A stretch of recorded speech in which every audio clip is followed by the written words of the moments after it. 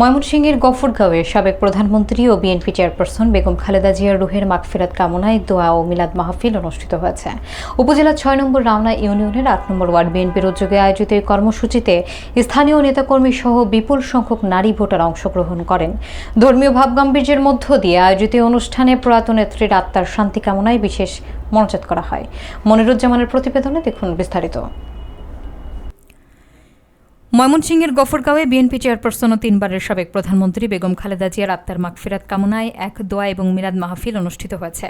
৬ নম্বর রাওনা ইউনিয়নের ৮ নম্বর ওয়ার্ড বিএনপির উদ্যোগে আয়োজিত অনুষ্ঠানে প্রধান অতিথি হিসেবে উপস্থিত ছিলেন ময়মনসিংহ ১০ গফরগাঁও আসনে বিএনপির মনোনীত প্রার্থী আক্তারুজ্জামান বাচ্চু। অনুষ্ঠানটি গফরগাঁও উপজেলা বিএনপির সাবেক যুগ্ম আহ্বায়ক সাইদ মাস্টারের সভাপতিত্বে এবং স্বেচ্ছাসেবক দলের সদস্য সচিব সেলিম মিয়ার সঞ্চালনায় সম্পন্ন হয়।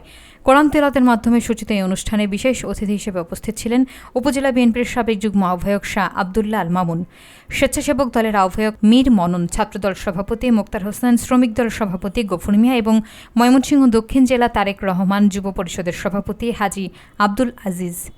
এছাড়া অনুষ্ঠানে যুবদল, স্বেচ্ছাসেবক দল, কৃষক দল, তাঁতি দল এবং মৎস্যজীবী দল সহ বিএনপির সকল অঙ্গ এবং সহযোগী সংগঠনের স্থানীয় নেতৃবৃন্দ উপস্থিত ছিলেন। বক্তারা বেগম খালেদা জিয়ার বর্ণাঢ্য রাজনৈতিক জীবন এবং দেশের উন্নয়নে তার অবদানের কথা স্মরণ করেন। আমি কিন্তু কোনো নেতা নই, আমি আপনাদের পরিবারের একজন, ঠিক আছে? আমি আপনাদেরকে আজকে এখানে আমার আসার কথা ছিল না, আমার স্ত্রী এখানে উঠান বৈঠক করার কথা ছিল। আমি আপনাদেরকে একটি আনন্দের সংবাদ দেওয়ার জন্য এসেছি, আপনাদের সাথে সেই সংবাদটি আপনাদেরকে জানানোর জন্য। আজকে আমি আমার দলের চেয়ারম্যান জনাব তারেক রহমানের সাথে আমার স্ত্রী সহ সাক্ষাৎ করেছি। আপনারা জেনে আনন্দিত হবেন, উনি ঘাঁটি থেকে নেমে আলহামদুলিল্লাহ অনেক নেতা ছিল, অনেক এমপি প্রার্থী ছিলেন, অনেক সিনিয়র নেতারা ছিলেন।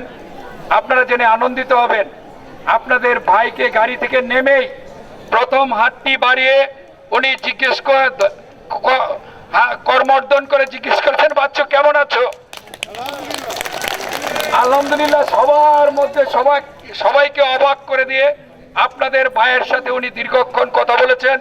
সে যে মা বোনদের বাড়ি বাড়ি যাচ্ছে, উঠান বৈঠক করছে, সেই জন্য তার সাথে অনেকক্ষণ কথা বলেছেন এবং তাকে ধন্যবাদ দিয়েছেন, উৎসাহ দিয়েছেন এবং বাংলাদেশের মধ্যে রেকর্ড সংখ্যক ভোটে আপনারা 12 তারিখে নির্বাচনে ধানের শীষকে বিজয়ী করবেন।